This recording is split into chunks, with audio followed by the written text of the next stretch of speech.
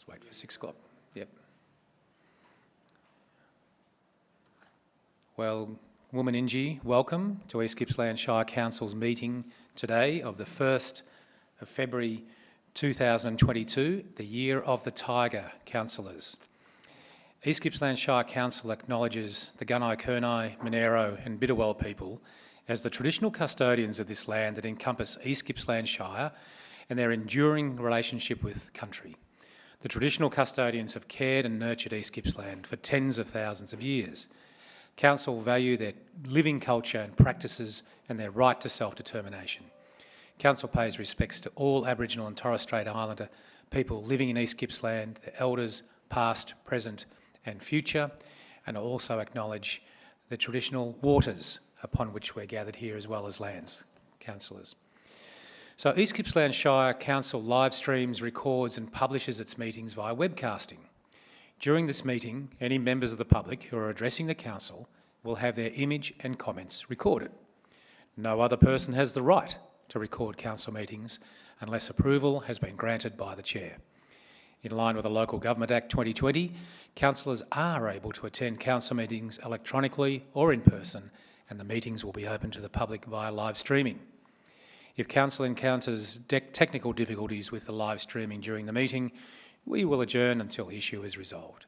If technical issues can't be resolved, the meeting may be postponed to a later time or date. So, councillors, a member's attendance can only be recorded as present at the council meeting when the member can confirm they meet all of these criteria. They can hear the proceedings, they can see other members in attendance and can be seen by other members, and they can be heard to speak. So I'll confirm now with Councillor Buckley. Councillor, can you see and hear us?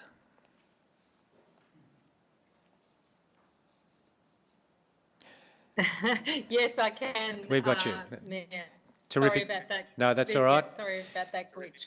No, not a problem, that's fine. And can you confirm that the location you are participating from is secure to ensure confidential items are dealt with in a confidential manner? Indeed it is. Terrific. Thank you very much for that. Okay, councillors, now I'm on to item 1.2, apologies. I don't think we have any apologies. 1.3, declarations of conflict of interest. 1.4. Yes. Sorry, go ahead, councillor. Sorry, Mayor. Yes, I would like to declare a conflict of interest for the agenda item 5.3.5. 5.3.5, thanks for that. We'll make that arrangement when that item comes up in front of us. Thanks, councillor. Confirmation of minutes. So, councillors, can I have someone confirm that the minutes of the council meeting held on 7th of December and the unscheduled council meeting held on Tuesday, 16th of December 2021 be confirmed? Thanks, Councillor Stowe. Seconded, Councillor Greeson. Would either of you like to speak to this? Not required. Anybody else like to speak to those minutes, to the true and accurate record? Thank you, councillors. Then I'll put that to the vote. All those in favour? Thanks, councillors. CEO, you've got that? Terrific. 1.5, councillors. The next meeting is on Tuesday, 22 February 2022, to be held right here at the Corporate Centre, 273 Main Street, Bairnsdale, commencing at 6 p.m. Item 1.6, councillors, requests for leave of absence. I haven't had any. Mayor, thank you. The CEO hasn't either. 1.7, open forum, which includes petitions, questions or public submissions. And CEO, I do believe we have questions. Thank you, Mayor. Yes, there are, as you rightly said, there are no petitions. However, there is one question, right. One submission for a question that's made up of two specific questions, which I will read. This is from Mr. Ken White. A couple of general questions in relation to planning permit 284/2019/P of the agenda. And they read, 1. If the proponent of this planning permit is successful, has East Gippsland Shire considered the need for significant road upgrades to Koraleigh Road, Gunyur as it has been subject to significant flooding and inundation in the past, and adding more entrance points to this road is likely to put further stress/wear and tear on this road. Furthermore, will the proponent contribute to those road upgrades if successful with their application? I will read the second question before I refer to Mr McConnell for answer. Question 2 reads, 2, this planning application has highlighted the desperate need for this Shire to deliver a rural land use strategy and a supply and demand strategy on rural and rural residential property. Since 1994, East Gippsland Shire has not been able to deliver a strategy, and we now have a situation where fragmentation of farmland has almost become a right of a landowner. Will this council deliver a workable strategy? And I assume Mr White is talking about a workable rural land use strategy and supply and demand strategy. I will refer to Mr McConnell, General Manager of Place and Community, to provide a short answer. Thanks, Mr McConnell. Go ahead. Thank you, through you, Mayor. So, in relation to the first question, which relates to Planning Permit 284 2019P, that is a matter which is to be considered by Council later in the agenda. The officers have recommendation is that a notice of decision is issued for refusal of that planning permit, and because of that recommendation, we have not given detailed consideration to the requirements around Coraleigh Road in the event that the application had been approved. Again, because that the view has been formed that a notice of decision to refuse is the recommendation. Secondly, for the second question, councillors would be aware that last year we released a draft of the rural land use strategy and sought feedback. There was significant feedback provided. Currently, we're anticipating a further draft of the strategy to be presented to council in April. There would be, we anticipate then, a further need for consultation, given the nature of the feedback that was provided based on the propositions in the strategy released last year. So that gives councillors an update on the current status of that strategy. Thanks, Mr McConnell, and that item we'll see in front of councillors later in this meeting, and thanks for that update on the rural land use strategy. CEO. Mr Mayor, thank you. We also have 2 public submissions in relation to item 5.3.1, and we will defer those until that item, and so we'll bring those people on once we get to that item. 5.3.1, okay, yes, I see that down there. Thank you very much. Terrific. Well, item 2 is notices of motion. I don't believe we have any deferred business, so I think we're up to date. Correct. And councillors, we're keen to hear what you've been up to with your reports, councillor and delegate reports. And I'm going to go out of the usual now and see Councillor Buckley. Would you like to start? Yes, thank you very much.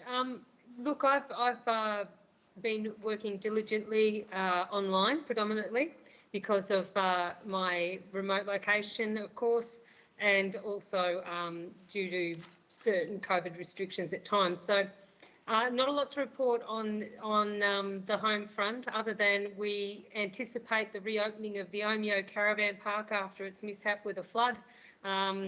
And also Rural Councils Victoria are doing some great work, which I will bring further reports to the council in due course. And that's me done. Got on you, Councillor Buckley, thank you, and we value your work with rural councils. It's important, and thanks for those updates. Deputy Mayor, would you like to go next? Thank you, Mayor Mark.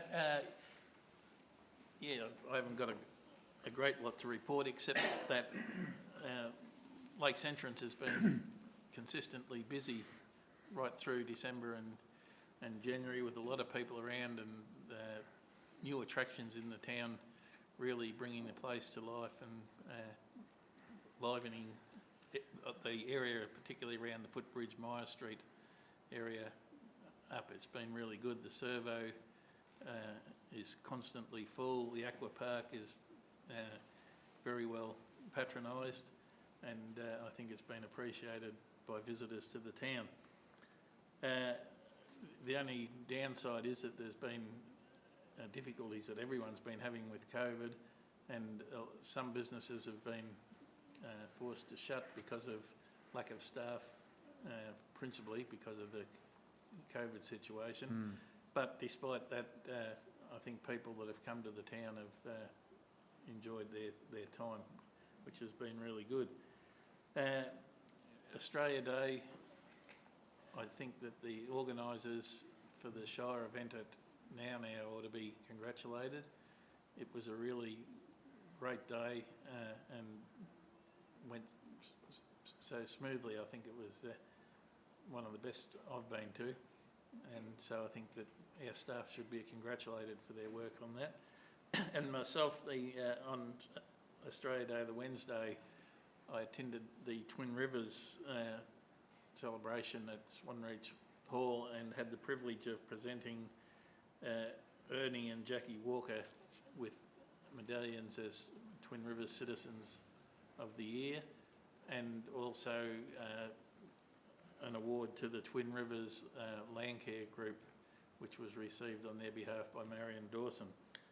And I think the big news for Lakes happened last Friday night at the ARV Awards, where the team at the Aquadome took out the award for the best small facility, which is a great honour and a great achievement. So congratulations to everyone involved.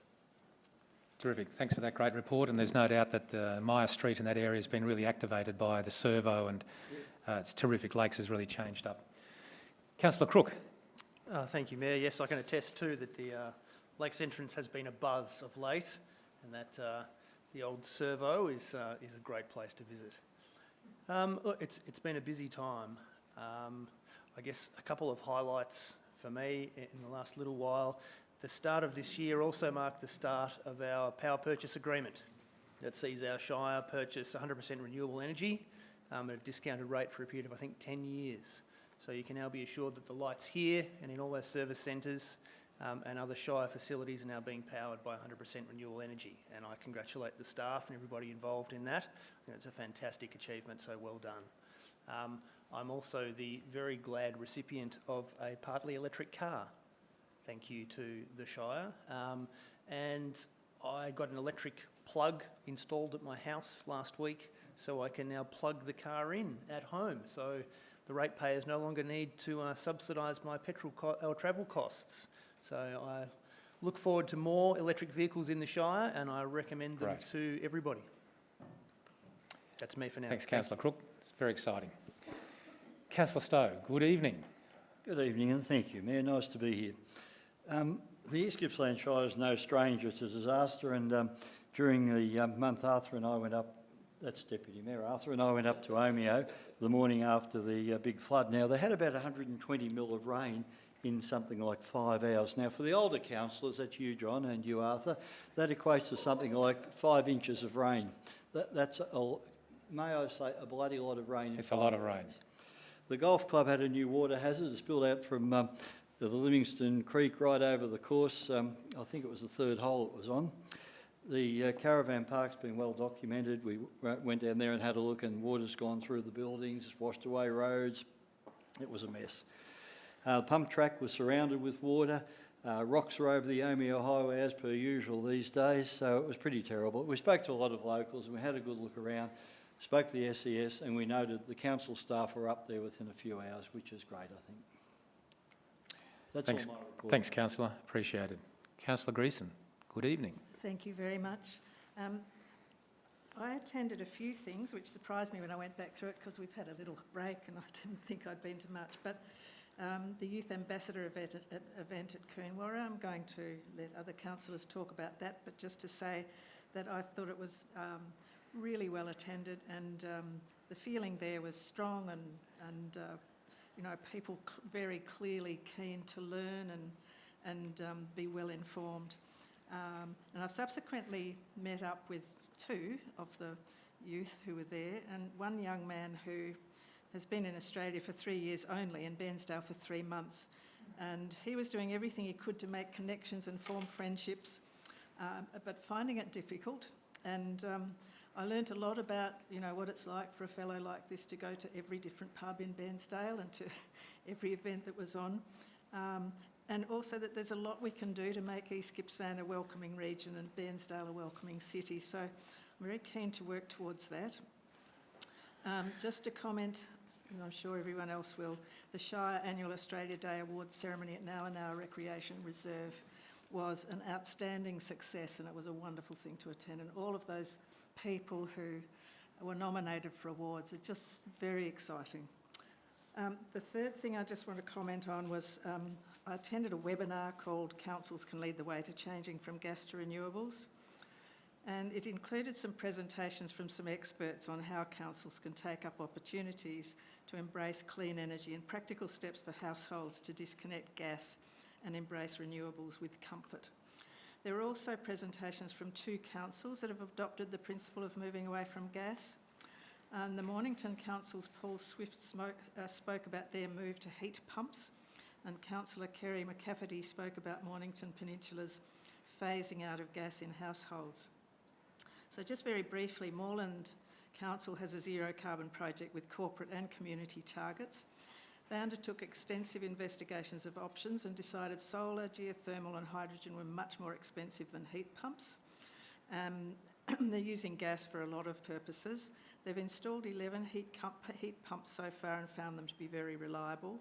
Talked about an upfront cost, but amazing savings down the line. And some issues where there are heritage overlaps, overlays, etc. But Moreland has 90 sites linked to aquatic centres, responsible for 4% of the carbon footprint, the same as their car fleet, all of which can be run by heat pumps. Mornington Peninsula has a gas phase-out program they're working with the entire community to achieve. They're assisting community and businesses to transition out of gas by providing discounted products, simple and cheap alternatives, and with a continuous flow of information to the community.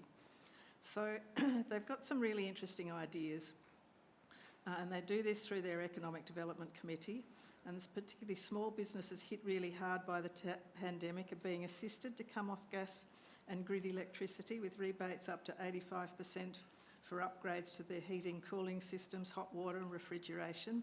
It's funded by the City Council and SECA.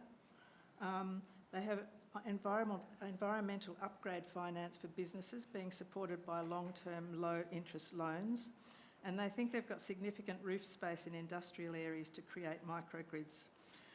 And any new developments will have no access to gas. Really interesting. So I think there's a lot we can take away from the experience of those 2 councils. So that's all really I have to add. Thank you. Thanks, Councillor, and I can attest to heat pumps. We're on to our second in 14 years and they're just fantastic, so absolutely terrific idea. Councillor Van Diegel, good evening. Good evening. Same as most councillors, I had a break over Christmas and New Year's. I had intended to travel to New South Wales but ended up doing most of my holidaying at home. And I also went to Lakes Entrance quite a bit, but rather than the Sovo, I spent a lot of time at Big Bear's Donuts, which have great specials. So that was really nice. My grandma from Holland actually was exempted to come here, so it was nice to holiday in our own region. I attended one meeting whilst on holidays in Bright, which is the local road safety committee, which I sit on with the mayor. Yeah, so you did. That's good. And there's usually the same attendees there, but this time we were joined by someone from the community named Vincent, who just had a question for the committee about, I guess, our biking strategy and if we had any plans for infrastructure in East Gippsland to make local riding easier, like not rail trails or anything like that, but local bike paths. And I've even just been thinking I'm about to become a Bairnsdale resident and I'd love to ride my bike to work or to council, but feel very unsafe doing so on the roads that I'd have to take. So it was an interesting viewpoint that Vincent shared, and I guess with is it the 2050, is that what they're aiming for? 2030 for the zero net emissions? 2050. It's interesting to start thinking about that for our region. My first event back was the East Gippsland Australia Day Awards as well at Now and Hour, which was awesome to attend, and it was amazing to see how many people were nominated. I'd like to see in the future that more young people are nominated. There was a great amount of young people, but I know so many young people who contribute greatly to this community. But it was amazing to see, and I know that I think there was 33 nominations, but there's obviously so many people in our community who contribute so greatly, and I was getting quite emotional on the day seeing the different things that people actually do to contribute to our community. So I loved being part of that event last year and this year again, and I can't wait for every other year to come. And then I also had the chance to attend the Australia Day festivities in Orbost and did an opening there. And it's really special for me to at least talk about what it means for me to be Australian, because I wasn't born here. So generally on Australia Day, I acknowledge that it's not a day celebrated by everyone in the community, but it's a good chance for me to acknowledge how proud I am now to be Australian, and especially from East Gippsland. And it was really fun to see the community get together. They were playing games and all people of all ages were getting involved, and they were doing thong throwing. And somebody there apparently got the record in the history of the Australia Day ceremonies that they have there.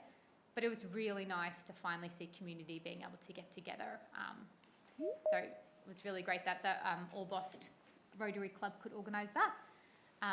And it's, yeah, same as last year, I forgot to mention, I also attended the Youth Ambassador thing at Coonawarra, and I forgot to even look back at last year's things that I was doing. But I would have to say that camp was probably the highlight of my council journey so far, just seeing how interested young people were in getting to know about council, as well as some people putting their hand up and saying they want to run next time. So Very good. fingers crossed that happens. Thank you. Mr Mayor, may I butt in for just a moment, please? I know this is unusual, but probably one of the most important events that happened during the holiday period was the announcement of the engagement of Councillor Kirsten. I'm sure we'd all want to congratulate her and wish her well for her future life. Absolutely. Thank you so much. Congratulations, Councillor. Thank you. That's very sweet. And we don't even need a notice of motion for that, so terrific. Councillor White, good evening. Thank you. This will be brief. Had the usual calls from people asking about what was going on with council and why wasn't this fixed or this done, especially as we've been waiting for at least 2 or 3 days for it to happen, and it didn't happen. But the highlight was, of course, the Australia Day. I was asked to go to Lindenau. Good. And speak to that group of people, wonderful group of people. So I would firstly like to thank the Lindenau Lions Club. They put on a wonderful breakfast for all those who attended and worked tirelessly to do that, organised the speakers, the young kids that wanted to do the poems that they had composed, which was really great. But while I'm speaking of the Lions Club, they have been going for quite a long time out at Lindenau, and they are getting older. Yep. So a shout out to the 2 or 3 people who may be listening to this meeting tonight online. Just if you know of anyone that would like to join the Lions Club, no, they would be so happy to have some new members. So it was great to talk to the people there. It was a good attendance. Good number of people turned up, and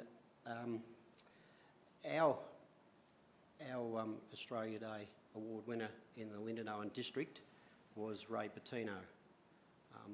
Ray's father was actually a councillor many years ago, but Ray has been a long-time resident and a tireless community worker in all sorts of fields. Whatever needed to be done, he was always helping. So a very worthy award winner for the 2022 ceremony at Lindenau, and as I say, a shout out to the Lions Club again for their effort, because it's really good. They do all the ceremonies. The Australia Day, they do Anzac dawn service, and they're a really great bunch of men and women. And I was hoping, I really am hoping that people might step up and perhaps take the baton off some of them who are getting tired. So thank you. Yeah, good points well made, Councillor. That's certainly an issue for a lot of our volunteering in our Shire, is that the volunteers are getting older. So, yeah, it'd be great to have that transition and succession. Councillor Uri, good evening. Tell us what you've been up to. Good evening, Mr Mayor. I would like to start with Australia Day also, and Australia Day in the community. So this was referring to the 26th of January, not the council event.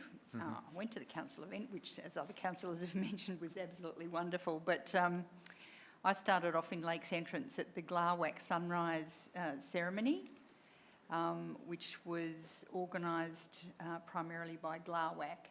And the Welcome to Country was by Auntie Sandra Patton, and the smoking ceremony with Uncle Lenny Hayes. One of those gorgeous foggy mornings, and I have to say I was really pleased to be there. I felt it was quite an appropriate way to acknowledge the difficulty and pain that many of our community members experience on that particular day. So to be with the some of the Aboriginal community was quite appropriate. I couldn't stay for very long because I was headed to Can River, where I joined in with their Australia Day breakfast, which was provided by the Can River CFA and hosted by Can River Community Centre. And once again, a glorious morning. It was nice and low-key. We didn't have any awards that morning. We had some games ready to go, but they didn't. I think we were throwing gumboots rather than thongs at Can River, but it didn't actually happen. But lovely to spend a few hours up there with the community and to hear what was going on. We had our first audit and risk meeting for 2022 yesterday on Monday the 31st of January. Just a couple of other things. I was very happy to read in our weekly councillor newsletter about the rollout of the electric vehicle charging stations. So, as Councillor Crook has already mentioned, having an electric car, and mine is a fully electric vehicle, so I'm very keen to watch how these charge stations are rolled out, as I know a number of people are. A request for tender was released on Wednesday the 19th of January for the supply and installation of 7 electric vehicle charge stations in public car parks by June of this year. So they will be in Omeo, Orbost, Bairnsdale and Can River. So they are funded by round 2 of the federal government's local roads and community infrastructure to the value of $400,000. In addition to that, council staff were informed in December that we were successful in securing $150,000 for another 3 fast chargers in Buchan, Malakuta and Lakes Entrance. So these 3 will be installed as part of the planned streetscape upgrades and are funded from destination charging across Victoria. The best part about all of those charging stations is that they will be provided with 100% renewable energy, as Councillor Crook already said. So that's even more exciting. Just related to that, a number of councillors have mentioned environmental bits and pieces in their news. Council has an environmental sustainability strategy out for comment, and I just wanted to highlight that. It's one of our key strategic documents, and I would just encourage people to have a look at that and make comment. Comments are due in before the 20th of February. The Your Say website is where you can go to look at that, as well as lots of other projects that are going on. And just finally, relating to aquatic centres, Council's aquatic centres, congratulations to the Lakes Entrance Aquatic Centre for their award. We actually, my family and I, made good use of the Bairnsdale Aquatic and Recreational Centre over the holidays. We went there numerous times and just want to say what a fantastic facility it is for a reasonable fee, very clean facilities, loads of fun activities and really friendly staff. So I just wanted to say thank you to them. Thank you, Mr Mayor. Thank you, Councillor Uri, and thanks for what you've done, and thank you all councillors for your activities and your representation and the work you've done. Councillor White, something you forgot? Yes, something I should have prepared earlier. I'm really sorry about this, and the people at Lindenow would not be happy if I've missed speaking of this event. You've got the floor again, so go for it. Thank you. It was the bowling club, Okay. another institution of Lindenow. They celebrated their 50th from in very early January, I think the 9th it might have been, their 50th year. It should have been in 2021, but COVID didn't allow for the gathering. And Jim and Nance Johnson, lifetime members of the community, were both awarded or given a plaque in recognition of their service. But it was really well attended. But when we talk about the Lions Club needing new members and young members, the younger people that are playing bowls, probably in many clubs, but particularly out at Lindenow, and the fact that Lindenow also, the bowling clubs sponsor a day, I'm not sure whether it's per week or per month, but the state school kids come over and have a go at playing bowls, and they're enjoying it. So they're just picking up, you know, the whole spectrum of the community. And as I said, it was a wonderful afternoon, and I apologise to them humbly that it took me a few minutes to remember. Thank you. Good on you, thank you. And it's a good reminder, and we often see the barefoot bowls is something that's really popular, and it's engaging with a lot of new young people in those clubs. Terrific. Councillors, I've got a report here, but I'm going to pull out a couple of quick things. And our Australia Day Awards in particular now has been mentioned, but I want to note that we had our Australia Day Ambassador Paul Wheelton AM with us, and Paul was a great honoured guest to have with us. And Auntie Sandra and Uncle Lenny welcomed us to country there and did a beautiful job, as they normally do. And I also want to acknowledge the Now Now Men's Choir, who belted out a couple of terrific tunes, and it was lovely to have them there. And we were fed by the Twin Rivers Lions Club. So we've talked about Lions Club, well, they were there at Now Now.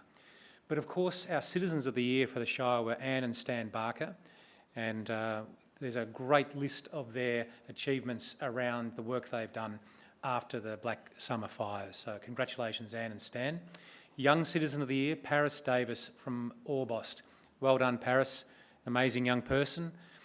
And we congratulate her. And the Community Event of the Year, the inaugural East Gippsland Winter Festival. So many of you participated in that, but that was the event of the year. I attended the Bairnsdale Australia Day event, but I want to point out and acknowledge the Bairnsdale Classic Car Club for their work on that particular day. So well done them. And something unusual today, we as mayors and councillors, you've probably attended citizenship ceremonies. Well, today we did the first online citizenship ceremony. So that's a first for us, and we welcome 2 new Australian citizens online today, and sign of the changing times. And it went very smoothly. CEO, did it not? Terrific. Councillors, thanks very much for your work and your advocacy around the Shire. We're moving now on to officers' reports, so item 5.1, and this is a contract, councillors, contract 2022-1462, Bairnsdale Resource Recovery Centre, Environment Protection Authority Compliance, Flair and Ms Weigel. Thank you, Mayor. And as you've mentioned, this is a contractual matter before you for the design, construction and installation of a suitable flare for the Bairnsdale Regional Landfill, which, as councillors know, is our main landfill for the whole of the East Gippsland Shire. As part of responsible management of our landfill, it's important to manage the requirements of the EPA, which includes the monitoring of gas and making sure that we prevent hazardous accumulation of gas within the cell. Therefore, at this point in time, the gas has been venting into the atmosphere. However, our recent monitoring and review by the EPA has established a condition which limits the volume of gas that can be passively vented to the atmosphere. Therefore, to continue to meet these requirements, Council is now required by the EPA to install controls which this tender will meet to prevent the gas from exceeding specific levels by May of this year. As with all of our tenders, the tender has been through a rigorous assessment process which is provided to you as confidential attachment 1, and that outlines the process in detail. It also provides you with a full copy of the recommendation before Council tonight. I also have Wayne Bath, Manager of Sustainability and Waste Minimisation, with me to answer any technical questions. Thank you, Mayor. Thank you for that, Ms Weigel. Councillors, are there any questions? Councillor Buckley. Then Councillor Greason. So you're away. Thank you, Mayor. Yes. Wayne, I just have a question. Is there opportunity to utilise and capture the gas to save on costs or help with the running of the facilities into the future? Good evening, Mayor and councillors. Wayne. Councillor Buckley, yes, there definitely will be. Not at this stage. There's not enough gas at the moment. The monitoring is showing that there's not enough, but once we cap probably the next 2 cells, there will be enough, and we have large generators on site and large compressors, and yeah, we will look into being able to reuse that gas rather than flaring it, or we may have to flare some. So one of the things is when with landfill gas, we not only have methane, but we also have, when methane's oxidised, we have carbon dioxide, which we also have to manage. So, but yeah, the hope is we would do it. Thank you very much. Good question. Thanks for that, Wayne. Councillor Greason. I had the same question really, Yeah. but I just wanted Wayne to, you said that you thought that once we have enough gas that it would be used for our generators and compressors. Is there any other use foreseen for it? Not at this stage, not without having to capture it and I put it in vessel and take it somewhere else, but we would have enough use for it. We have, we have a compressor going 24/7, pumping our leachate from all our cells, which would be a good option to power that with that. Thank you. Very good. Good questions. Thank you. Councillors, are there any other questions? If there aren't any other questions, there is a recommendation. Do I have a motion, councillors? Councillor Crook, seconded Councillor Allen. Councillor Crook, would you like to speak to the matter? Certainly. Look, just to say that this is a necessary requirement under the Environmental Protection Authority guidelines for greenhouse gas emissions. When you bury waste of an organic nature in particular and it decomposes underground, it turns into methane, or a byproduct of that decomposition is methane, which is a very powerful greenhouse gas. So in an effort to try and minimise the impact on climate change, we're going to turn those methane emissions into carbon dioxide emissions by flaring or burning the gas. Obviously, it's would be optimal to be using that burning process to do something with, rather than just burning it. And we, as you've heard from Wayne, that's the intention down the future when the volumes permit. So there's obviously an economic viability to undertaking that. But in the meantime, we'll be burning it, which is better than letting it go.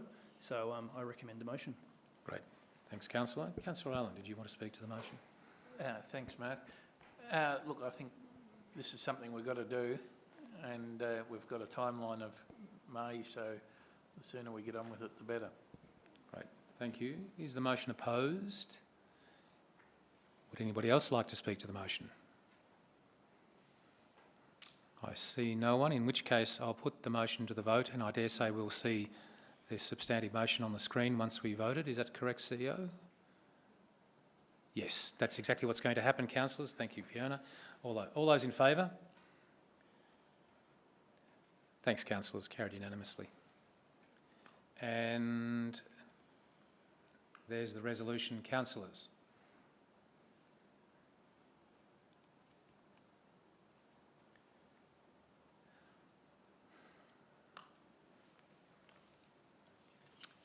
Thank you, councillors. We're on to 5.1.2, which is another contract extension.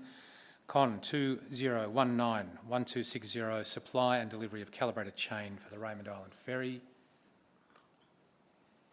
And I guess that's Fiona again. It is, G'day, Mr Ms. Mayor, Weigel. thank you. Councillors, as the Mayor has mentioned, this is for the extension of an existing contract. The contract was first awarded back in 2019 and allowed for a further extension of the contract for 12 months subject to Council's consideration.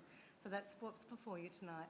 The contract is for the relates to the Raymond Island Ferry and the provision of the chains that are a very vital part of the equipment that is used to actually operate the ferry. It's one of the few, or I think perhaps the only ferry operated chain-operated ferry in Australia. As it is already a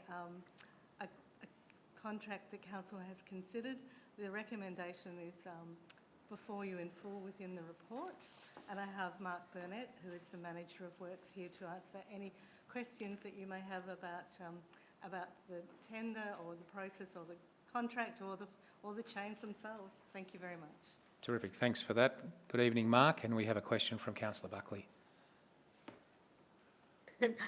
I can't help but ask this, Mark. I was very intrigued. Can you tell us about the company that supplied the chain and how old they are and how you found the process that you've gone through and your view on it? And it sounds like a pretty good thing to me. So could you just give us some information on that?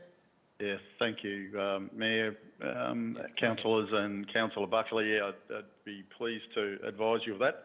So the company that we've purchased the chains off is called PWAG. They have been, they're located in Bruckheim in Austria, and they've been around since they were first developed, or they first developed their company in 1479. So they built a factory 543 years ago, and no doubt they were probably providing chains to Vikings and the like. So been in the business for quite a long time, and they know exactly what they're doing, and their product definitely speaks their experience and technology. Thank you. Great story, fascinating. Thanks for that. Interesting. Councillors, any other questions about this? Councillor White, go ahead. Thank you. Mark, we've already used one set of their chains, is that correct? No, we've still got the original first set on, Councillor White, but there is another second set of chains that has been purchased that's about to be loaded on the ship to be sent across here to Australia. It should be here in March. That's what my recollection was, actually, that I thought we had bought two sets just to basically, if something went wrong, at least we've got backup and the ferry's not out of service. So I just was wondering how the first set had worn. Obviously, they're going okay. Extremely well, yeah. We've actually got so far at least 10 months of additional wear out of these square link chains as opposed to the round link chains, and that's predominantly because you don't get that side to side movement with the square link chains as you do with round link, and also the fact that the square link chains are through hardened and not just case hardened. So big difference, and there's around a $20,000 savings in the set of chains that we now purchase, the square link chains. Yeah. Very good. Councillor Van Deel. I'm just curious, there's obviously a reason we're purchasing it from Austria, but does any companies like this exist in Australia that make these chains? No, Councillor, we put the tender out there and PWAG were the only respondents with that type of product. So, yeah, pretty bespoke item. It's very interesting, isn't it? Yeah. Yep, it is. Very specialised. Are there any other questions, councillors? Thank you. Then we have a recommendation. Do I have a motion? Councillor Uri. Councillor Buckley, were you going to second it? Good on you. Thank you. Councillor Uri, would you like to speak to the motion? Oh, just briefly. Thanks for the questions, councillors. This is just such a fascinating story. And I'm just wondering whether at some later stage we might have a discussion to see whether we've got any money we could put towards an interpretive sign. There's a lot of money going into the koala trail on Raymond Island, and I think people would be really interested in that story of the square links and so on, and how where they've come from. So really happy to move the recommendation. Thanks, Great, thank you. Councillor Buckley, did you like to speak to the motion? Just briefly, I think that, you know, we're really doing our due diligence with the Raymond Island Ferry. It's a thing that most Gippslanders, you know, at least once or twice have been on, and I know I've been going on it since I was a kid. So It's contentious at times, but I think, you know, I commend the work you're doing, Mark, and let's hope that we can get the balance right and keep the service up to the people who are lucky enough to live there. Thanks, Councillor Buckley. Thank Yeah, you. we've really refined it down to a very sharp operation now. Thanks to the team that run the thing. Really good. Yep, good Well points, done. well made. Thank you. Thank you. Is the motion opposed, councillors? Would anybody else like to speak to the motion? Councillor White. Thank you. I would just like to comment because the ferry often gets front page and you could probably use a terminology, we've turned the ship around, and that's a good news story. So I commend you and the officers and your decisions in how you operate and maintain the ferry because yeah, it's good to see some good news. Yep, great. Thank you, Councillor White. Anybody else like to speak to the motion? In that case, councillors, I'll put the motion to the vote. All those in favour? Thanks, councillors. The motion is carried unanimously. Councillors, we're on to item 5.2, Business Excellence, and 5.2.1, the amendment of the sub-delegation to council to members of the staff and instruments of appointment and authorisation. That's a long title, but it's Peter Canizzaro. Mr Canizzaro, thank you. Thank you, Mayor, and through you, Mayor. Councillors, before you is a report titled The Amendment Instrument of Sub-delegation to Members of Staff and Instruments of Appointment and Authorisation. The report is seeking approval for the amendments of the instrument of sub-delegation under the Environment Protection Act 2017, which is provided at Attachment 1. Secondly, it also seeks the approval of the instrument of appointment authorisation on the Environment Protection Act 2017 for the Domestic Waste Water Technical Officer, a staff member within the organisation who is in the Environmental Health Team, which is provided at Attachment 2. Also, the report seeks approval of the instrument of appointment and authorisation under the Planning and Environment Act 1987 for the Statutory Land Use Planning Officer, Bushfire Rebuild, a member of staff, which is also provided at Attachment 3. Councillors, this is purely an administrative operational matter, but seeking your council endorsement on an adoption of the report and the recommendations. So the report and recommendations are presented to you, councillors. Thank you, Mr Canizzaro. Councillors, are there any questions of Mr Canizzaro on this matter? I see none, in which case there is that motion in a recommendation in front of us. Do we have a motion? Councillor Allen, Councillor Greason seconded it, pardon me. Councillor Allen, would you like to speak to the motion? Thanks, Mark. I need to say that this is an administrative thing, and these people need to be delegated and appointed, and I recommend the motion. Good, thank you. Councillor Greason? No, thank you. Thank you. Is the motion opposed, councillors? Would anybody else like to speak to the motion? In which case I'll put the motion to the vote. All those in favour? Thanks, councillors. Carried unanimously. Item 5.2.2 is the 21-year lease of the Surf Life Saving Facility at Lakes Entrance. And Mr Canizzaro, once again, thank you, Peter. Thank you, and through you, Mayor. Councillors, before you is a report which is seeking Council's agreement and endorsement to grant a 21-year lease to the Surf Life Savings Club at Lakes Entrance for a clubhouse and lifeguard tower for life-saving purposes and associated activities of the club. The key points for Council to consider is that the Life-Saving Club has been in occupation of the clubhouse and lifeguard tower at 426B Main Beach Walk, Lakes Entrance, under a 21-year lease agreement with an annual rental of $104 exclusive of GST per annum. And that is as a result of the club being classified for community use due to the facility being specifically utilised to provide critical life-saving activities to the community of Lakes Entrance. As you will know, councillors, the Life Saving Club provides important beach and aquatic safety services for the community of Lakes Entrance and obviously visitors. These services include beach patrol activities undertaken primarily by volunteers who are trained by the club and delivering training and education to help maintain a safe beach environment. The Surf Life Saving Club is an important community service hub and meets a recognised need to provide a community service in line with the objectives of the life-saving movement. The Life Saving Club has advised council that they wish to remain on the site and for a further term of 21 years.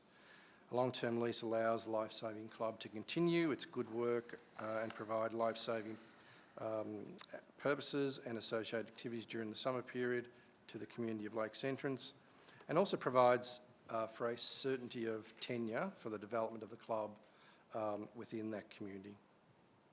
The area of the Lakes Entrance Life Saving Club that is occupied by the Life Saving Club is approximately 1,854 square metres. 1,733 square metres is attributed to the clubhouse, and the remaining 121 square metres to the lifeguard tower. Councillors, the report is presented to you with recommendations.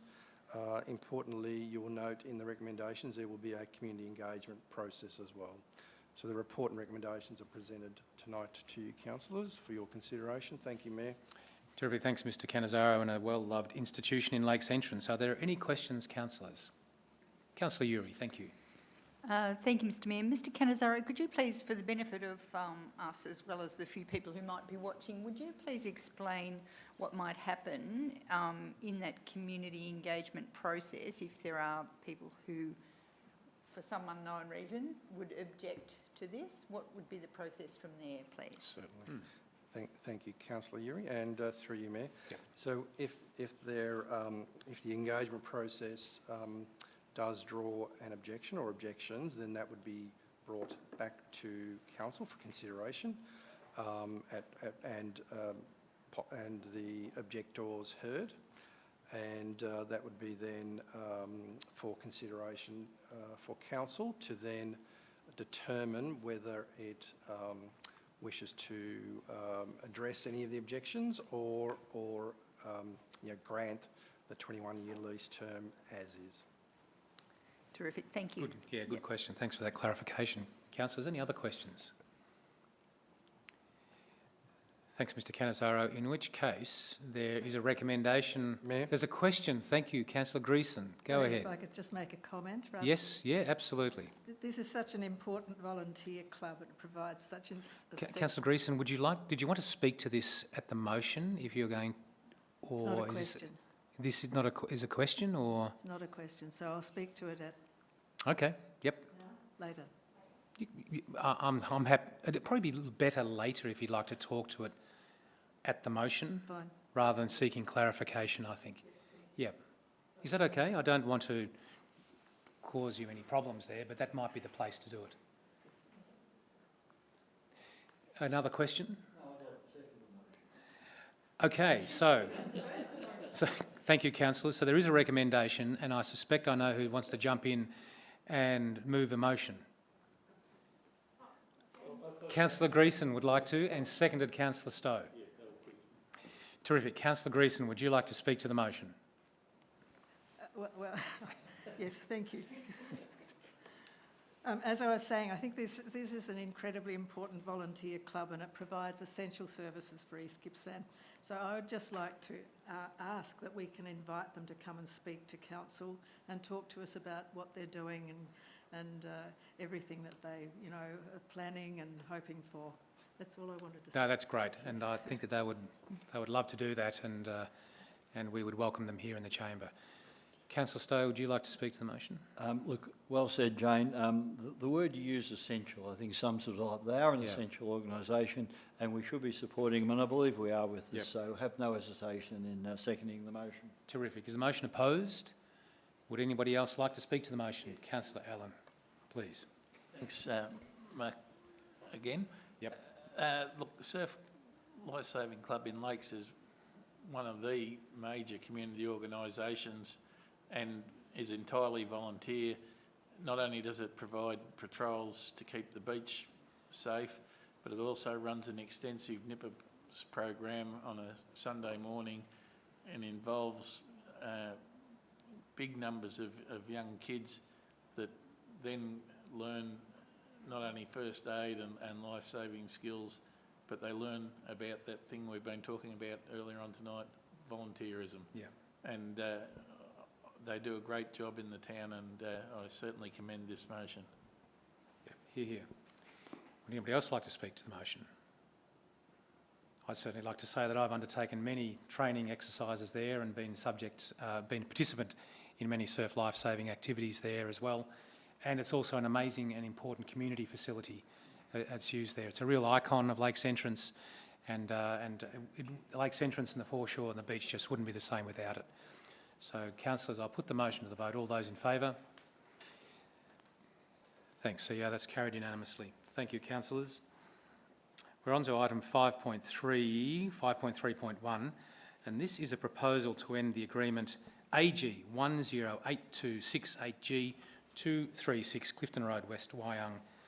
And we have someone who wishes to speak to this motion. Two speakers, excellent. To this matter. Great. Looks like they're online. Terrific. So we've got Julie. Hello. Good evening. Hello, Julie. Mark How are Reeves you? here in the chamber. How are you? And welcome. Good. I have to tell you, my internet connection's quite bad. For 5 weeks out in Wyong here, Telstra, the NBN has hardly worked. So we're getting most of what you can say, so go ahead while we've got the connection up. Okay, good. Okay, so I'm here with Craig. I'm at 230 Clifton West Road. Craig's at 234, and 236 wants to do another subdivision, and we've put in an objection for many reasons. I don't know. Have you guys seen our objections? I don't really know how this works. I've never done this before. But the council, I believe, had the recommendation to dissolve this agreement, and we obviously object to it for many reasons. Thanks, Julie, and I can assure you that the items that you've raised in your concerns do form part of the report that councillors have seen, and those concerns have been considered. So thanks very much, Julie. CEO, is there somebody else who wishes to speak? So we had two requests, and I understand Craig may also want to say a few words. And oh, good, Craig's there too. Yep, they're both on the same link. Right. Yep. Hello, Craig. Same link. Yes, hello. Good evening. Good evening. You're on, and if you just move forward a bit, we can see you if you like. You don't have to be on screen, but we can certainly hear you, which is fine. Yep. Oh, there we are. Great. That's good enough.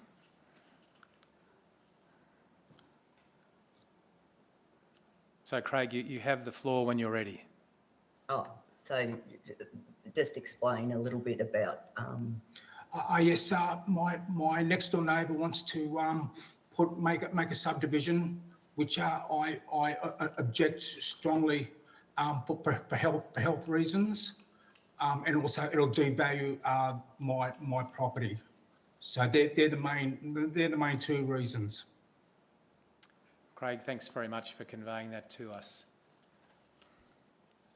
That's all we need at the moment. So thanks very much. We'll go back to the chamber. Thanks for joining us this evening. And Thank you. Thank you. Sorry, can I just add in something? Of course you can.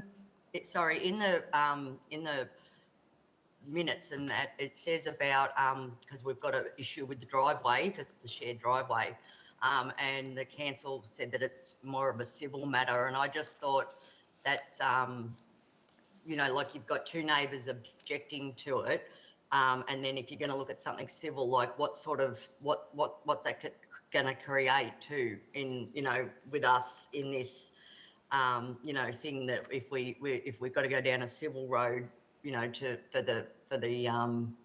for the shared driveway, what sort of, you know, things that's going to cause us and trouble and things like that. So I think it's something that is not just, shouldn't just be considered that we're going to go civil. And the other thing is that the agreement is there for a reason, and it wasn't signed, it wasn't agreed on, and I don't actually know why then now the council is saying they, are happy to, get rid of it. And I just think that it's there for a reason. So, but thank you for your time tonight, and hope the rest of the meeting goes well.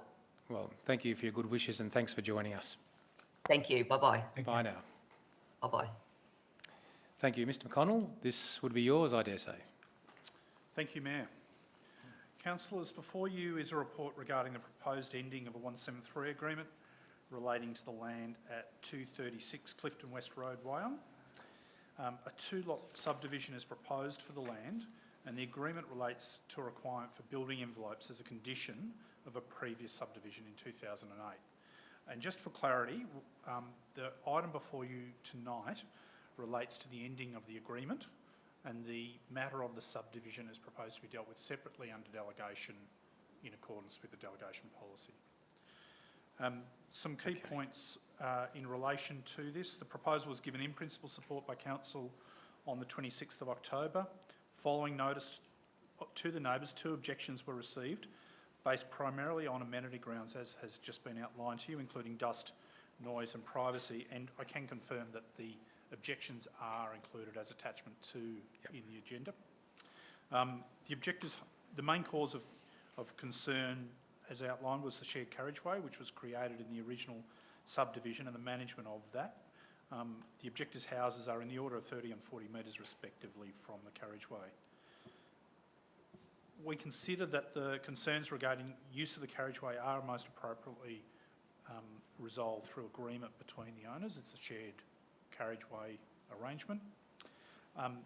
The subject land does not contain any significant site constraints or characteristics that require the registration of the agreement on title.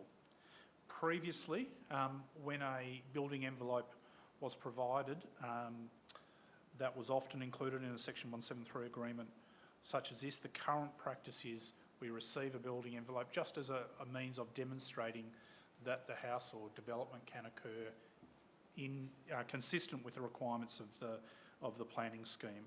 And so removal of the 173 agreement would bring this into line with current practice. The recommendation is that the agreement be ended, and this evening Martin Richardson, Manager Planning, and Rob Pringle, Statutory Planning Coordinator, are both online to assist with any questions should you have any. And the report is presented for your consideration. Yeah. Thank you, Mayor. Thank you, Mr McConnell. Councillors, are there any questions? Councillor Crook. Thank you. So was there a house constructed within the building envelope as a result of the original agreement? I might ask Mr Pringle to respond to that one. You're on mute. Yep, got that. Thank you, Councillor, for your question, and through you, Mr Mayor. Yep. Yes, I confirm that there is a dwelling constructed on 236 Clifton West Road within the building envelope. Councillor Crook, thank you. Thanks for that. So my subsequent question is then, so in lifting this agreement and allowing subsequent subdivision, it would make possible the construction of one further dwelling. Is that correct? That's correct. Yes, that is correct. Okay, thank you. Great. Councillor Uri, yes, go ahead. Thanks, Mr Mayor. So I just want to clarify, and it follows Julie's question. I think she was unclear about why this agreement was on the property in the first instance, but so from what we've heard, it was previous planning practice that the building envelope would have been placed there, and that would allow some restrictions, I suppose, over any building that was there. But current practice says that those restrictions can be considered as part of any planning permit. So we don't need a building envelope to do that. We can consider that as a part of a planning application. Is that sort of correct? I'll ask Mr Pringle to respond on that one. Yep. Thanks, Robert. Thank you, Councillor, and through you, Mr Mayor. Yes, to sort of clarify that process, in the low-density residential zone, since that zone was introduced in the Victorian planning provisions, there has been a requirement for an applicant to demonstrate a suitable building envelope on the land. And the past practice of this department was to endorse that building envelope that was used for demonstration purposes with the application as a requirement under an agreement. I think over time, Council had received advice and perhaps even some VCAT determinations on the matter, and our practice has changed as a result of learnings that say it's not a requirement to uphold a building envelope for every site. There are certain circumstances, like in our recommendation in relation to 30 Clifton West Road, where a building envelope is advisable because of site constraints. But in this particular situation, there were no site constraints. All it was the practice of the day. And if the application for that previous subdivision had been made today, the agreements would not have been put in place, and we would have taken that building envelope for information purposes only. I see. Mm-hmm. Thank you, Mr Pringle. Thank you. Thanks, Councillor. Councillors, are there any other questions of any of the officers? I don't see any, councillors, so there is a recommendation there. Do I have a motion? Councillor Uri, do I have a seconder? Councillor White, thank you. Councillor Uri, would you like to speak to the motion? Only very briefly, I appreciate the officer's report here, and I think that despite the fact that we've heard the concerns about dust and noise and privacy, they're actually not being considered with this in this request this evening, so I think they can be dealt with at a later time. So I'm happy to support this motion. Thank you. Thanks, Councillor. Councillor White? Thank you. I think what Robert said before is that, in current times, if this had been a proposal, there would never have been that agreement placed on that allotment. So I feel it's the right thing to have it removed. Thanks, Councillor White. Is the motion opposed? Would anybody else like to speak to the motion? In which case, councillors, I'll put the motion to the vote. All those in favour? Thanks, CEO. The motion is carried unanimously. Thanks, councillors. We're on to item 5.3.2, which is a notice to decision to grant a planning permit 111-2020P at 705 Metung Road, Metung. Thanks, Stuart. Mr McConnell, another one. Thank you, Mayor. For you is a report regarding the planning application 111-220P for a 3-lot subdivision creating access to a road zone category 1, creation of a carriageway easement and buildings and works for a dwelling at 705 Metung Road, Metung. The site is approximately 28.8 hectares in areas partly within the low density residential zone and mostly within the rural living zone. Section 173 agreements limit the lot entitlement. However, there's some dispute around the application of these agreements, and legal advice indicates there is some doubt about the accuracy of the lot entitlements. The relevant agreement, though, does not prevent the approval of the subdivision. The application received 10 objections and was subject to a planning consultation meeting. Matters raised in the objections are discussed in the report. The proposal is assessed as generally complying with the requirements of the planning scheme.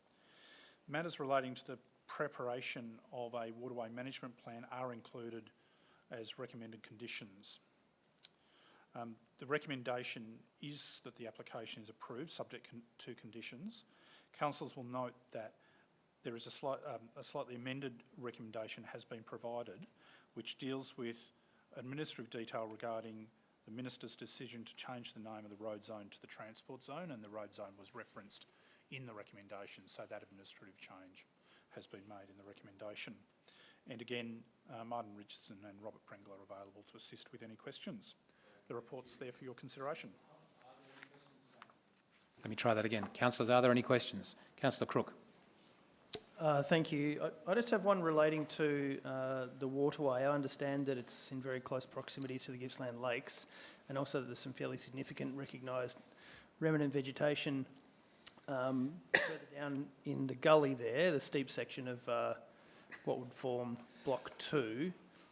At this stage, there's no plans to clear or impact on that vegetation, is that correct? And that would in fact be subsequently the subject of a later decision to build a house there or undertake construction, is that correct?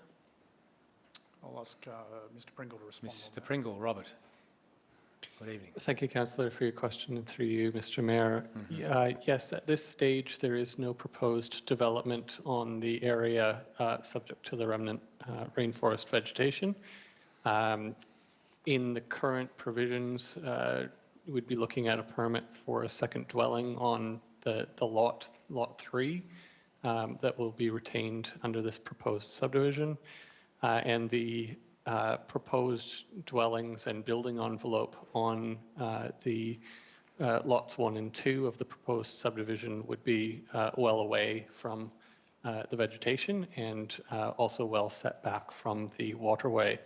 Again, we have recommended conditions about waterway management and have worked with catchment management on appropriate wording of that condition to provide both a good outcome for the land management and also reduction of bushfire risk on Lot 2.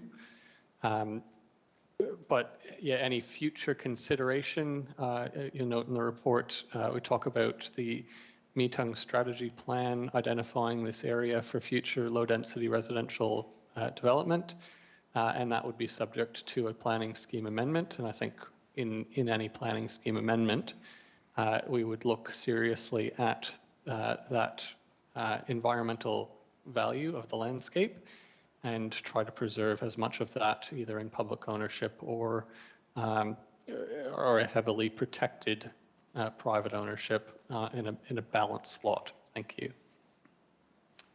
Thanks, Mr Pringle. Councillor Uri, question. Thank you, Mr Mayor. Mr Pringle, I believe the CMA made some comment about one or some of the conditions to be placed on any permit here, and we were waiting to hear back from them because Council wanted to vary that recommendation. Did we have any further correspondence with the CMA, please? Thank you, Councillor, and through you, Mr Mayor. Yes, we did receive additional correspondence from CMA in this past week. Just bear with me as I get that response back open. I've got it, Rob, if you want me to read it out for you. Yep, if you've got it.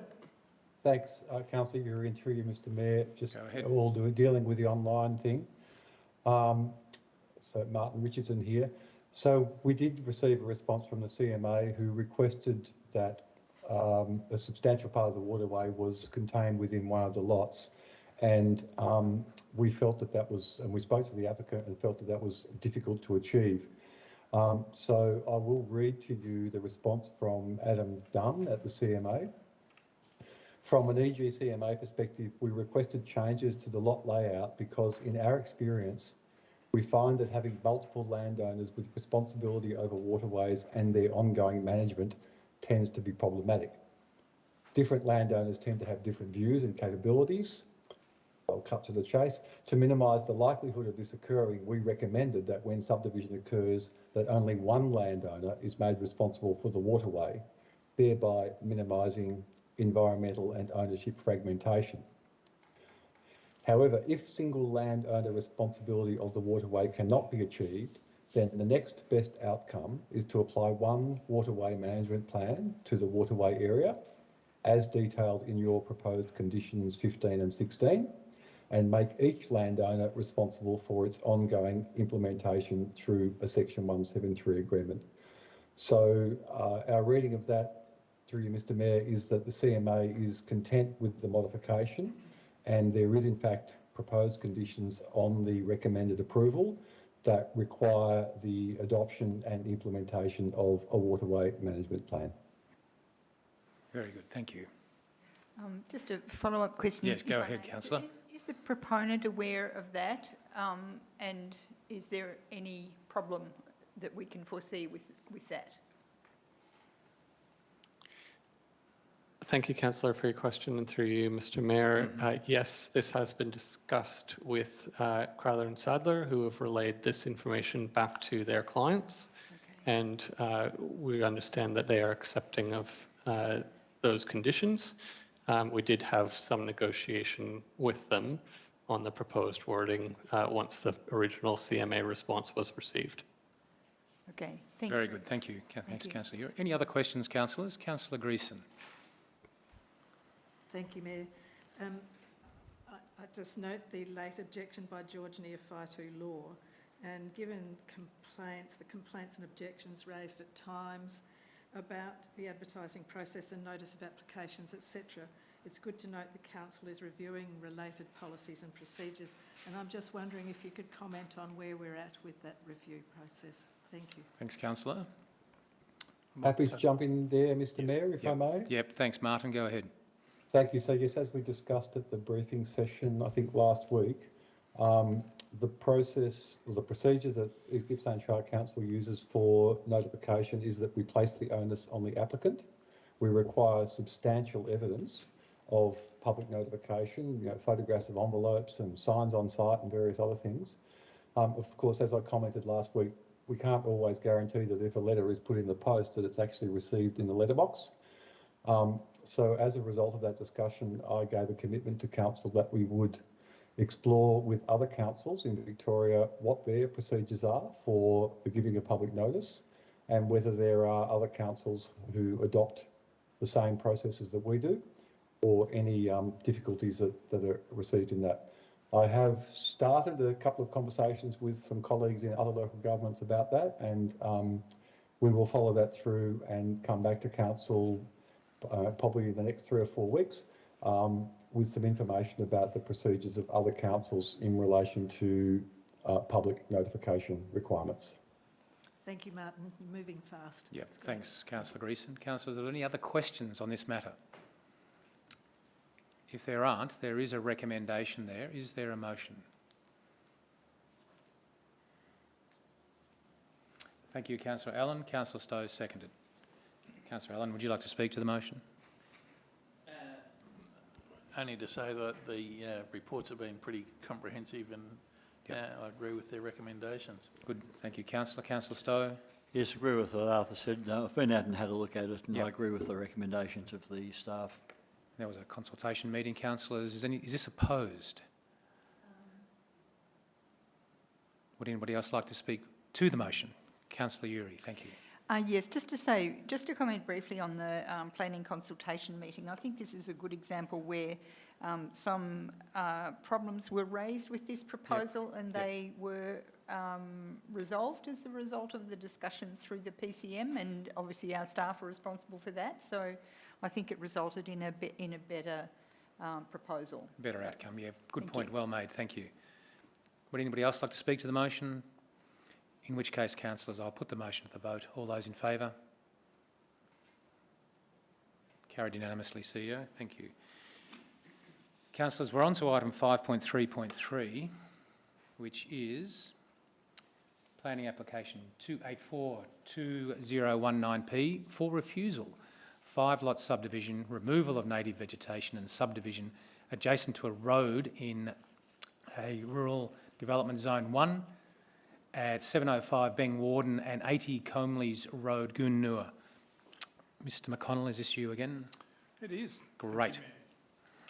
So, councillors, before you is a report regarding planning application 284-2019P for a 5-lot subdivision and removal of native vegetation at 705 Bengworden Road and 80 Koraleigh Road, Goonua.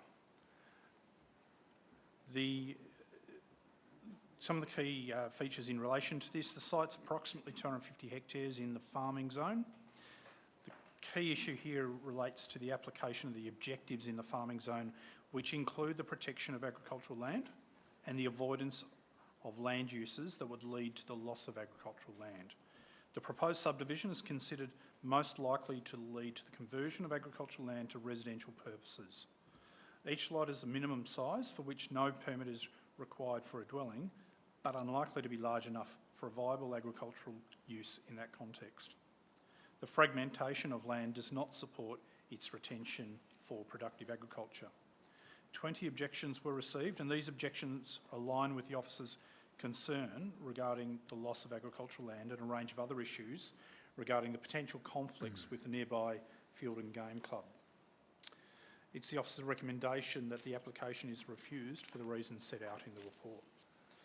And again, Martin Richardson and Rob Pringle are online to assist with any questions.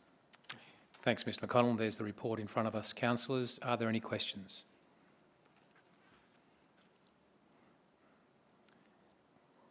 Well done, Mr McConnell and officers. You've provided enough information. Councillors, there is a recommendation. Do I have a motion? Councillor Allen, thank you. Do I have a seconder?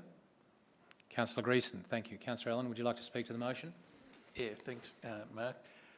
Look, I've been out and had a look at this site over a number of occasions in totally different weather conditions, and you know the recent rain we've had demonstrated to me that it just wasn't suitable. There's water lays everywhere along the Koraleigh Road and in the paddocks, and I don't think it was suitable for what was proposed. So I have no hesitation in recommending the officer's recommendations. Good, thanks, Councillor. Councillor Greason? No, I won't add to that. I support the officer's Thank recommendations. you. Is the motion opposed, councillors? Would anybody else like to speak to the motion? Thanks, councillors, in which case I'll put the motion to the vote. All those in favour? Thank you, councillors. CEO, that's carried unanimously. Councillors, item 5.3.4 is a request to end in principle support legal agreements 31 May Park Drive, Paynesville and 40 Koraleigh View, Nicholson. And Mr McConnell, it's your night. Again, so thank you, Mayor. Councillors, before you is a report regarding requests to end Section 173 agreements affecting two pieces of land, separate issues, but two pieces of land, 31 May Park Drive in Paynesville and 40 Koraleigh View in Nicholson. In this case, this is seeking a council decision to commence the process. Yep. The previous 173 agreement decision was in relation to the final step in the process, but these ones are just commencing. So some of the key issues, the agreement for 31 May Park Drive is now redundant as it related to the original subdivision of the land and the provision of services, and ending in the agreement will enable a two-lot subdivision for the land, which is in accordance with the planning scheme requirements. The agreement for 40 Koraleigh View relates to a building envelope, and due to the very small size of that envelope, it prevents construction of an outbuilding which would otherwise be permitted under the planning scheme, and it's feasible to provide for the building of that outbuilding on the property, but not within the building envelope that's been in the agreement. So the recommendation is that Council provides in principle support for the ending of these two agreements to enable the matter to go to public consultation, and then a further report will come back to Council for consideration. You have the matter before you. Thank you. Thanks, Mr McConnell. There's the report in front of us. Councillors, are there any questions of clarification or otherwise of Mr McConnell or the officers? I see none. Councillors, there is a recommendation. Do I have a motion? Councillor Uri, thank you. Do I have a seconder? Councillor Crook. Councillor Uri, would you like to speak to the motion? No, we've had a chance to look at this in briefings, and it makes sense that if we agree to this, then the process can continue. So I'm happy to recommend Thank you. the motion. Councillor Crook. No. Is the motion opposed?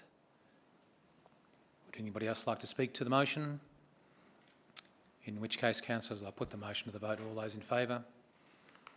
Carried unanimously, Mr CEO. It seems astonishing in my life, councillors. There was a time when I didn't know what a Section 173 agreement was, but now that's all we seem to talk about. So, councillors, item 5.3.5 is our next item. This is planning permit application 475-2020P 30 Clifton West Road, Wyong, multi-lot subdivision, roadworks and removal of vegetation. Councillor Buckley, you indicated earlier in the meeting. Terrific, thank you. We'll give you a call when this item is finished and get you back in for the last item. Thanks very much, Councillor. Good on you.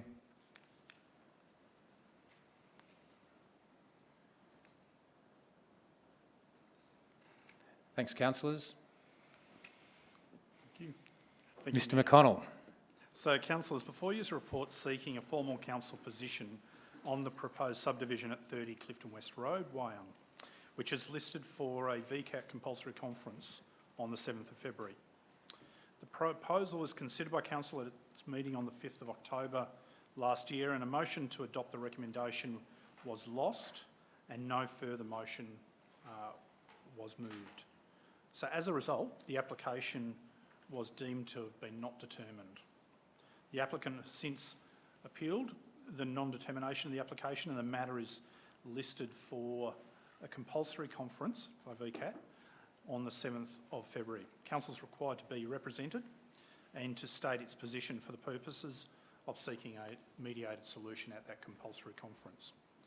The officer's recommendation at the previous meeting was for approval, and this was because a previous application had been reviewed at VCAT, and the outstanding issues from that review related to stormwater management, and these have been considered adequately addressed in the revised proposal. The land is in the low-density residential zone where on-site wastewater disposal is permitted for lots greater than 4,000 square metres. The land capability assessment indicates that the site is suitable for secondary on-site wastewater treatment. So the recommendation is that council adopts a position consistent with the previous officer's recommendation for approval. This is not a determination under the Act to issue a permit, but rather enables the officers to have a formal council position that it can represent in participating in the compulsory conference. And again, Martin Richardson and Rob Pringle are online to assist with any questions. Thanks, Mr McConnell. Interesting situation. Councillors, are there any questions or comments or clarification?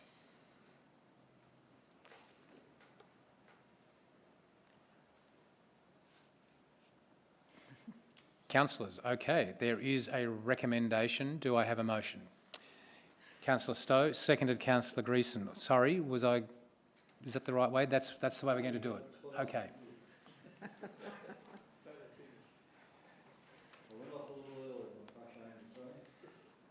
Okay. Would you like to speak to the motion? Thank you, I would. We've discussed this issue at length here before, so I don't want to bore everyone again, but this is a good development. It's been well thought out. They've addressed the issues that VCAT have raised. I've said before, in a perfect world, we would sewer this. It's not a perfect world, unfortunately. The sewerage system as proposed, I'm assured, is far superior to what we used to have years ago. It would adequately and well cover this development, and I recommend that we go with option number 3. Thank you, Councillor. Councillor Greason. I'm not quite sure what to do at this point, Mayor, because I was proposing to put a motion with amendment rather than support the existing motion. You've just supported so he pipped me at the post, I'm afraid. So that's all right. We can resolve this. So, Mr Mayor, if you could just give us one moment, please, just to double check, because if Councillor Greason does want to move an amendment. I'm just checking whether she can actually second the item. So I'm just seeking some clarification. Possibly not. Preferably Could not. I just ask, shouldn't my motion be seconded before we ask for amendments? Well, in which case it may be that Councillor Greason withdraws her seconding of the motion. We seek another seconder, in which case I do have one, and that would be the correct process. and that gives Councillor Greason an opportunity to advise an alternative motion or an amendment that may or may not be accepted by the mover and seconder. Thank you. I withdraw my seconding of the motion. Thank you. Yes, good, thank you. Councillor White, would you like to speak to the motion? Thank you. Look, we have been over this even in the previous council, the same proposal out there. Yep. In recent visits to that area, the outcome of other subdivisions there and the quality of the building and the way people are taking pride in their properties, it actually is it's a showpiece, and it looks wonderful. The reserves that are already in place out there for retention of nutrients, you know, going down through gullies, etc. It looks, it's complied with all the rules and regulations regarding runoff, and what's out there at the moment looks really good.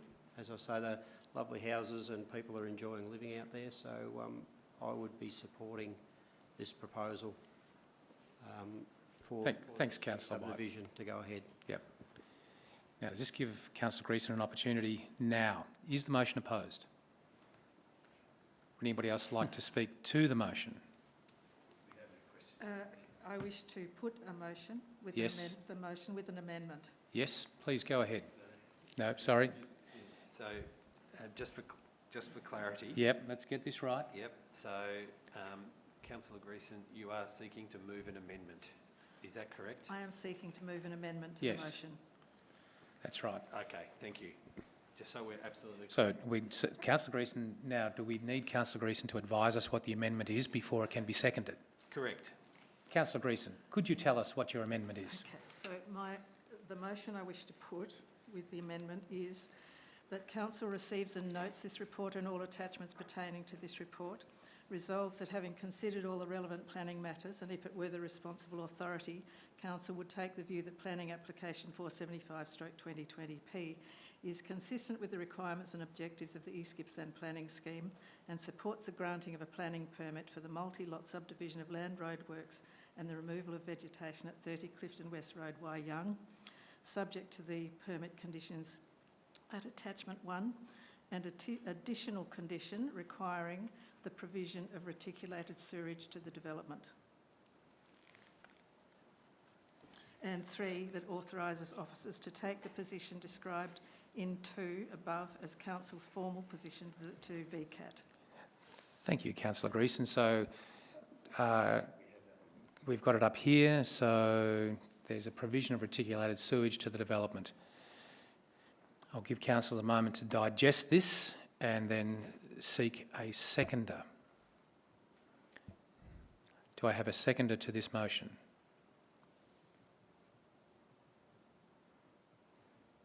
Councillor Crook. Okay. So, Through you, Mayor. Yes. So we now need to determine whether the original mover yes, and seconder are happy to accept this amendment. Correct. Terrific. Okay, thank you. Councillor Stowe. No, I'm sorry, we can't accept it. Councillor White. Yes, I agree. Can't accept it. It's completely altering the situation as it's before us tonight. So the amendment now lapses. So we need to take it to a vote, yeah. Okay, so we take this to a vote. All right, so the amendment. Yes. Okay, so councillors, I'll put the acceptance of this amendment. Point of order, please. Thank you. What's your point, councillor? I think we have a right to respond to this, do we not? I don't think at this point. Yeah, through you, Mayor. Please go ahead. Through you, Mayor, the governance rules don't allow that. So, do you have another point? Mayor. What's your point, councillor? Are we not now voting on the original motion rather than the defeated amendment? We're voting now on whether this will be accepted even though the mover and seconder haven't accepted it. So if they accepted it, it would have been accepted forthwith by right, but as they haven't, I will now put it to the vote to see if the rest of the council group will accept this. Is that correct? That's correct, Mayor. The amendment, So, yes. can I speak to the amendment before the vote? Why don't we do that, councillor? Would you like to speak to the amendment? Mr Cannizzaro has a comment. Yeah, through you, Mayor. The original mover and seconder has not agreed, so we go through a formal process. The amendment now must be moved and seconded if We have done that. Yep. A councillor may speak on any amendment once, whether or not they have spoken to the motion, but debate must be confined to the terms of the amendment only. Okay, and the terms of the amendment are the provision of reticulated sewage. That's correct. In this case, councillors. That's all right. We're right. We'll get there. So thank you for your patience, councillors. So, Councillor Greason. Thank you for your patience indeed. Yep.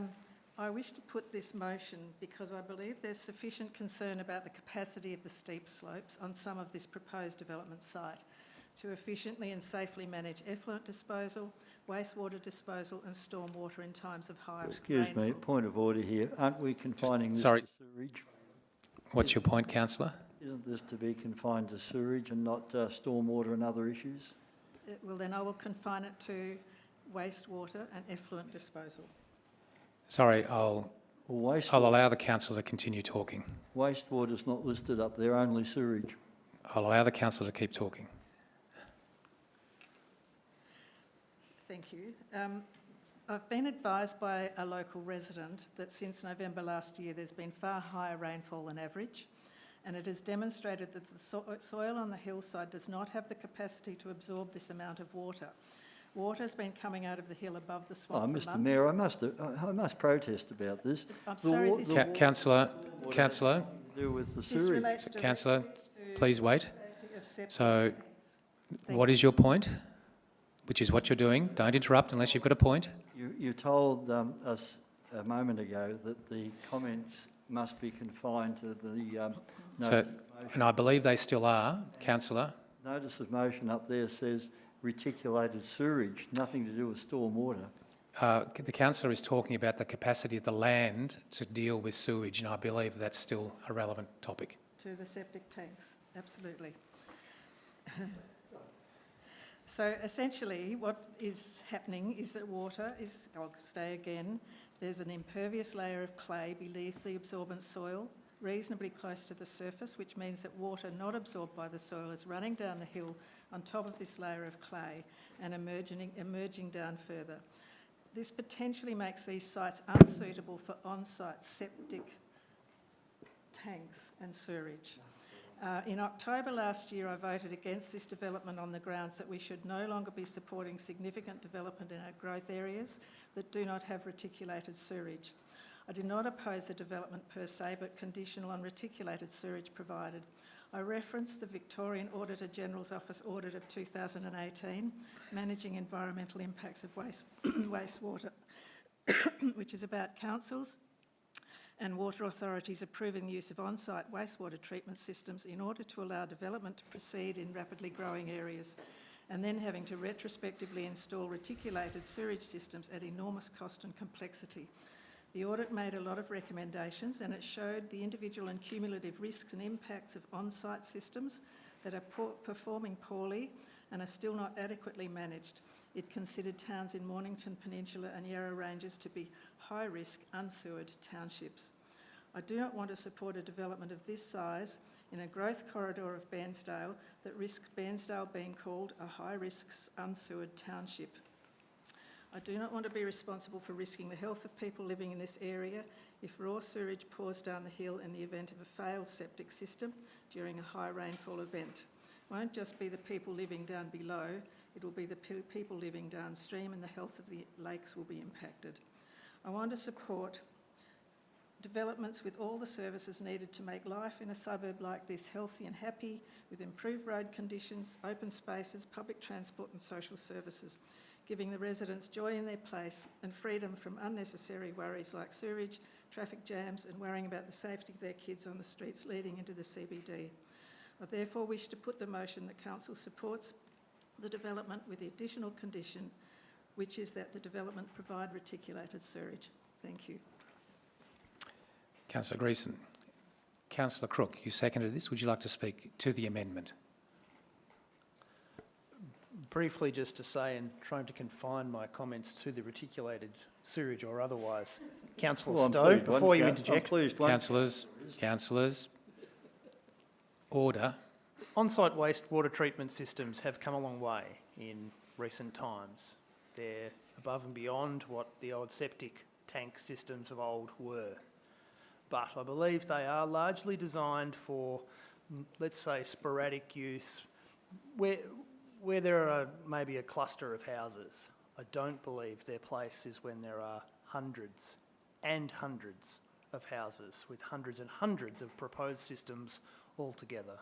I believe that the proper approach here is to have a reticulated system, and that our council should be imposing further restrictions on the development to ensure that the character of the proposed development is maintained and that the amenity of the development is maximised. Thanks, Councillor. Is the motion opposed? Sorry, the amendment opposed. Would you like to speak?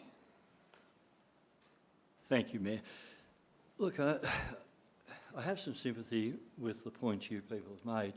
And as I said before, in a perfect world, we'd sewer this. The issue is we'd end up with 400 blocks instead of 200 blocks. And we've already had advice from our staff about that. Now, 400 blocks would cause all sorts of issues with services, with roads, with the entrance to Service and Bailey Street, for example, insurmountable problems. What we've got out there is a premium development proposed. It will be possibly the most premium development in Bairnsdale. They're larger blocks, they're the acre-sized blocks, and they're highly sought after. This has been well thought out. It was approved by the last council. Dare I say would have been approved by this council, but for a small issue.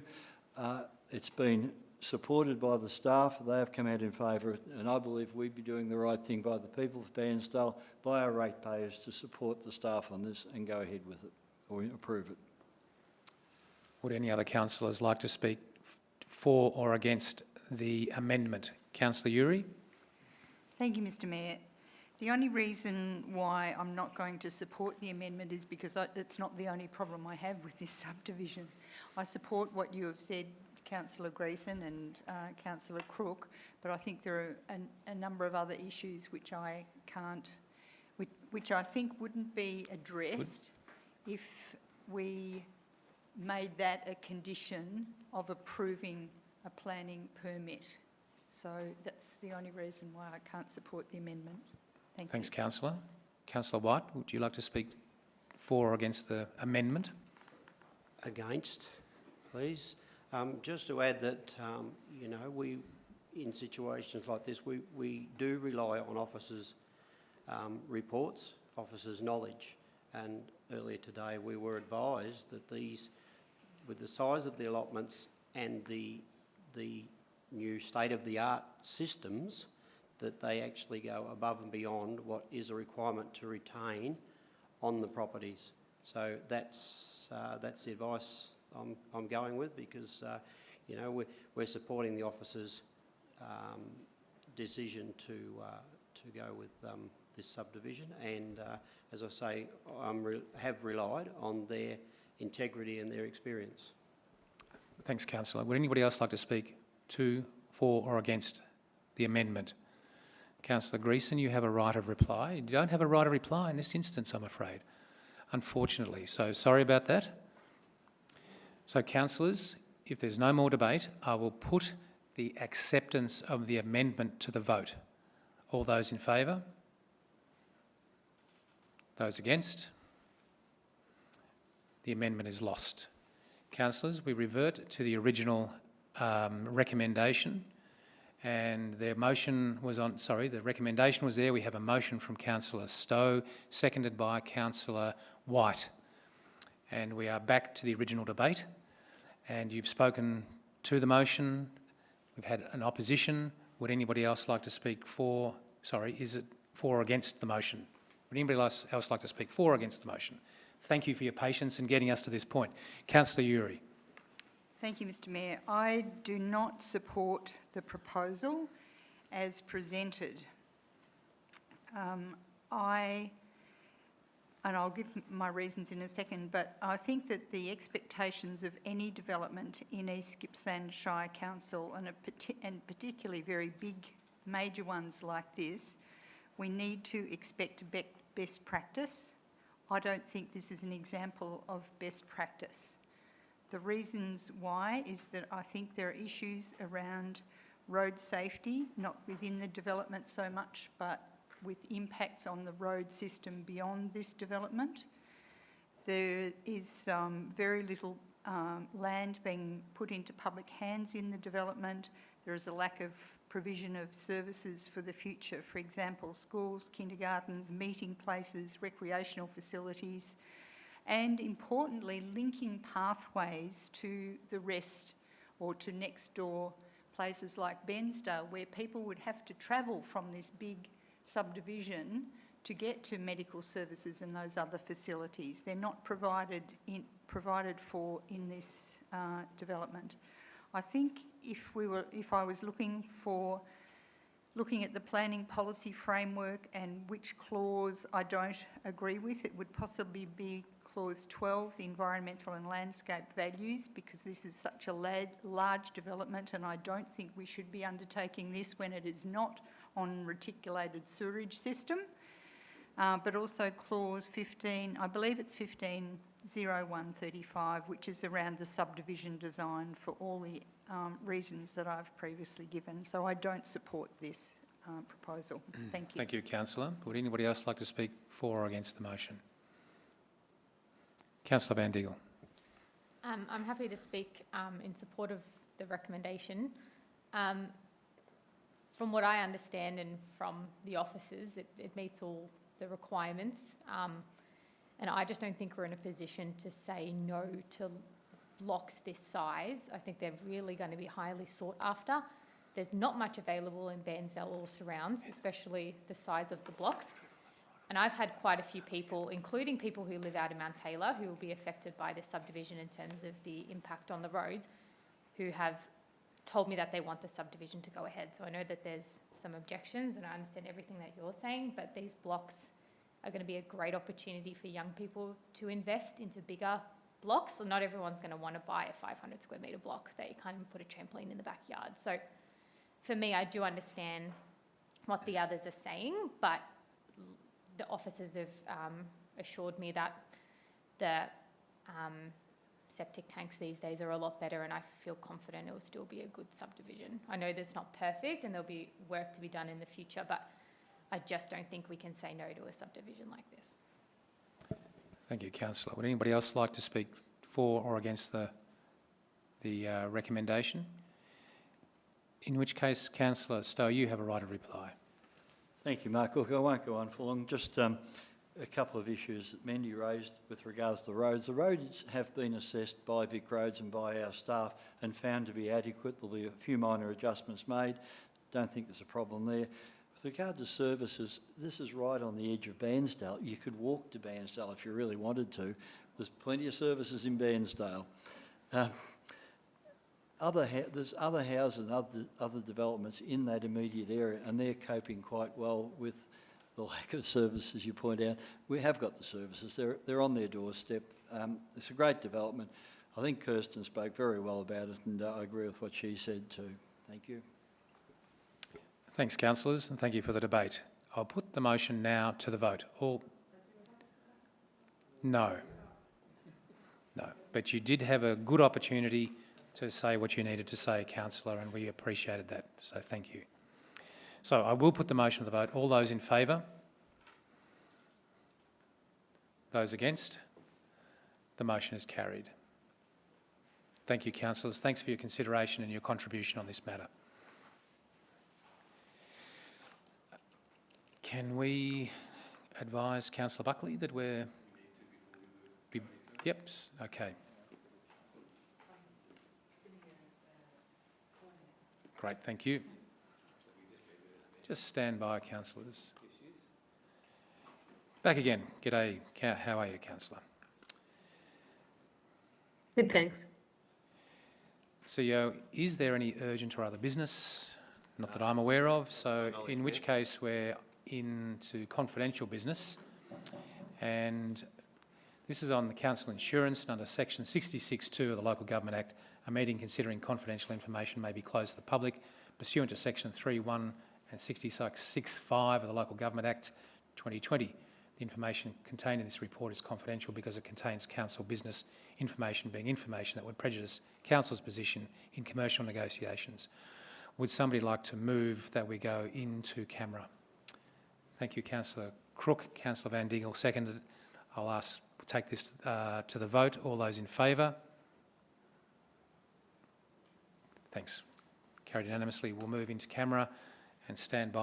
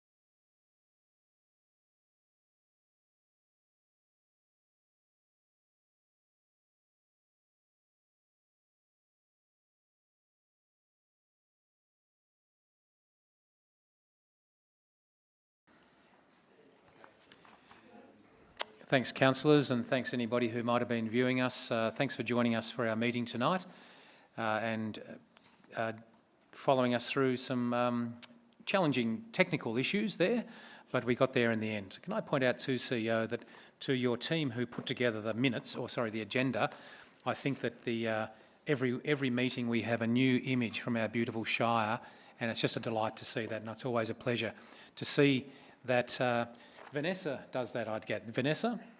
So Vanessa, everybody, it's always an absolute pleasure when those the agenda comes out to see what is the image there, and so thank you for that. And it looks like it could be on the mitter, perhaps. Is that where it is, Vanessa? Do you know where that photo is? Yes, what's your point?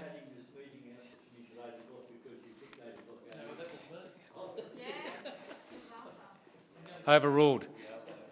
Councillors, we're still live, so I'll close the meeting now.